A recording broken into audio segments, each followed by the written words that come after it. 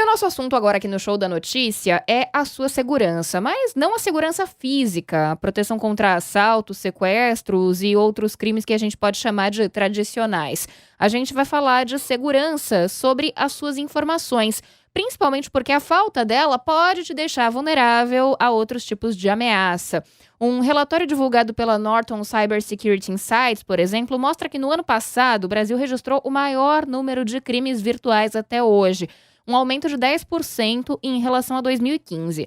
Além disso, o relatório mostra que o Brasil é um dos países que mais registraram atividades cybercriminosas no mundo, ficando aí em quarto lugar nesse ranking.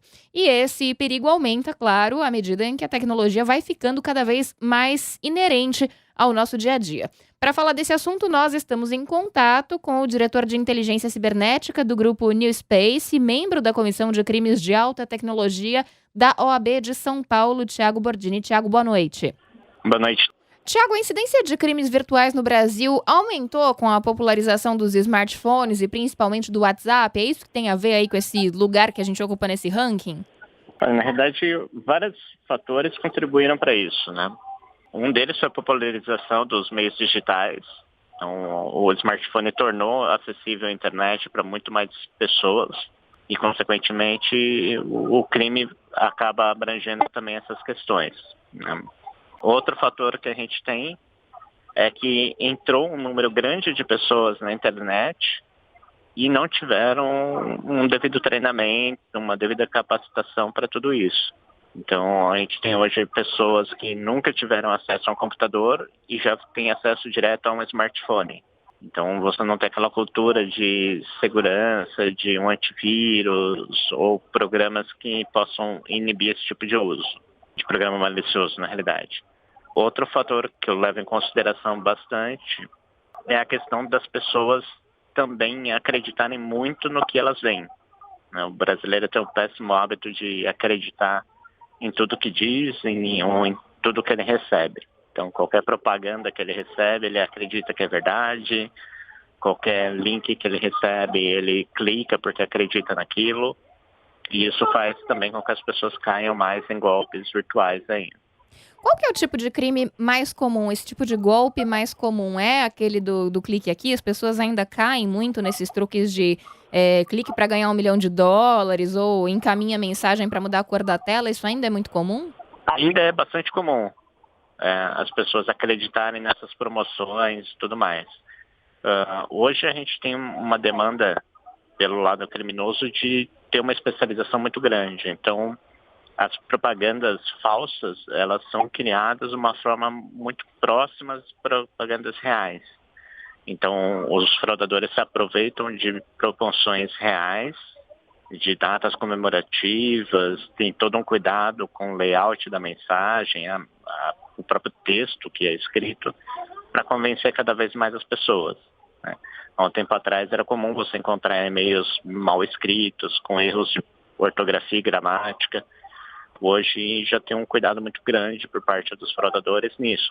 Então fica até difícil para um novato identificar quando um e-mail é falso de um verdadeiro. Uhum. Agora, antigamente a gente sabia, por exemplo, que quando você recebe um e-mail com anexo .exe, era um arquivo, um programa que se instalaria. Como é que isso acontece? Como é que esse golpe migrou para o celular? Que tipo de coisa a gente tem que ficar atento, por exemplo, quando a gente recebe uma mensagem de WhatsApp? Hoje, na realidade, a maior parte dos programas antivírus bloqueiam esse tipo de anexo. Então fica mais difícil para o fraudador enviar um artefato malicioso dessa forma.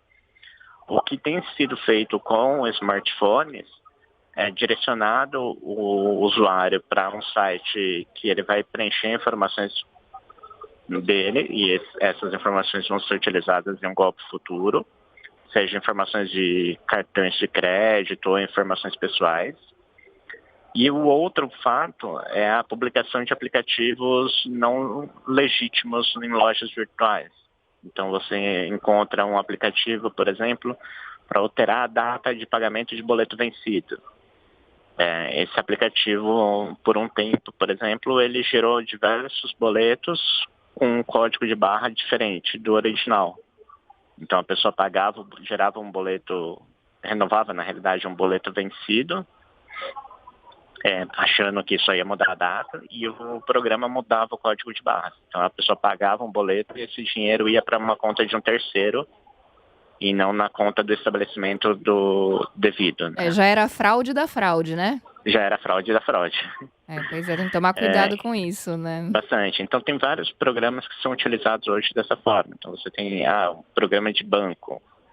Tem que dar uma olhada com calma, porque tem vários aplicativos que não são criados pelo próprio banco, e você tem ali para baixar e instalar no seu smartphone. E esses aplicativos, além de coletar dados, eles podem permitir acesso remoto do seu smartphone.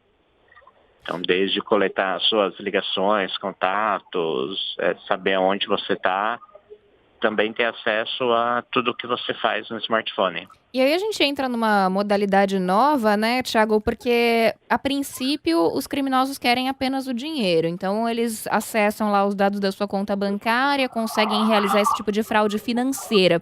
Mas a gente tem observado recentemente que o sequestro de dados por grupos de hackers também tem acontecido, né? Inclusive com pedido de resgate em Bitcoin. Como é que isso tem funcionado? Então, o sequestro de dados via computador, que é o que a gente chama de ransomware, ele já é um método, vamos dizer assim, até que é bem antigo, já está ocorrendo aí há mais de 2 anos. E o principal meio de pagamento do resgate é realmente o Bitcoin, que é uma moeda, o que a gente chama de criptomoeda, né, que é uma moeda virtual, e ela é utilizada para você evitar o mínimo de rastreabilidade. Então você pode pagar uma pessoa em Bitcoin e você não tem tanta rastreabilidade disso. Essa semana, inclusive, a gente teve um caso de uma pessoa que foi sequestrada no Brasil. Uma pessoa, não informações. Em Florianópolis, né? Uma mulher que foi Isso. sequestrada e trazida de carro até São Paulo com resgate pedido em Bitcoin. Exato. Então a gente vê que o próprio crime organizado tradicional já está utilizando meios cibernéticos para não ter rastreabilidade, né? Então fica muito mais fácil de lavar o dinheiro, de não rastrear esse pagamento, do fraudador ter acesso a essa informação, né? Agora, no caso do sequestro de uma pessoa, claro, a situação é muito mais complicada. Agora, no caso do sequestro de dados, em que a Bitcoin tem sido mais utilizada no pedido de resgate, como é que a pessoa pode se calçar disso? Porque hoje parece que a gente tem tantas maneiras, né, de ter esses dados num backup, ou num HD externo, ou na nuvem. Tem tantas maneiras de armazenar que fica até difícil acreditar que as pessoas caiam nesse tipo de golpe ainda, né? O que eu comentei nesse nosso bate-papo é a inocência, né? A pessoa acaba clicando em algum link, instalando um programa malicioso, e esse programa acaba sendo utilizado para sequestrar os dados dela, digamos assim. Qual é a sua avaliação sobre a estrutura que a gente tem no Brasil para a investigação desse tipo de caso? A polícia tem essa estrutura? A legislação é suficiente? Qual é o índice de solução de crimes cibernéticos que a gente tem no Brasil hoje? Na realidade, não é um problema só do Brasil, tá? É um problema global, a investigação de crimes utilizando meios de pagamento como o Bitcoin, tá? Pela própria modalidade que a tecnologia foi criada, já para evitar a rastreabilidade, é muito complicado rastrear e chegar à autoria dessas informações, né? Quem é realmente fraudador. Com relação aos outros crimes eletrônicos, a gente tem um preparo adequado, eu diria, da Polícia Civil, principalmente, da Federal. Em diversos estados, óbvio que todas têm limitações, a gente sabe das limitações até para investigações de crimes tradicionais, e isso expande para o lado cibernético também. Mas o que mais complica hoje no Brasil é a legislação fraca e a lentidão da justiça. Então, às vezes a gente está no encalço de um fraudador e a demora da legislação em aprovar uma quebra de sigilo, da empresa fornecer os dados, da própria polícia lidar com esse tipo de caso, acaba dificultando o caso do fraudador ser preso. E quando ele é preso, ele acaba sendo solto, às vezes até antes da outra parte sair da delegacia. Ou seja, tem a ver primeiro com a lentidão da justiça e depois com as brechas na lei que permitem que ele seja solto.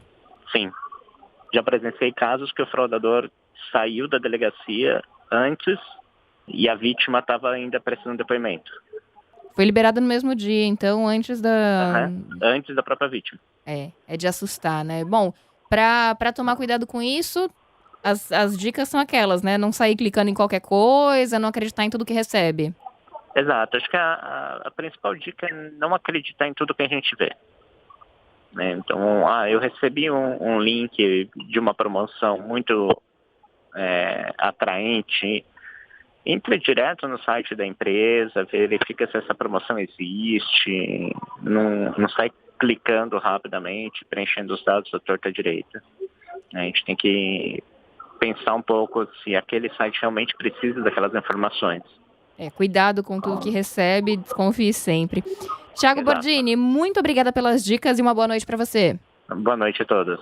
Diretor de Inteligência Cibernética do Grupo New Space, membro da Comissão de Crimes de Alta Tecnologia da OAB de São Paulo, conversou com a gente aqui no Show da Notícia. Se você perdeu algum trechinho, daqui a pouco no site da CBN você acessa a íntegra.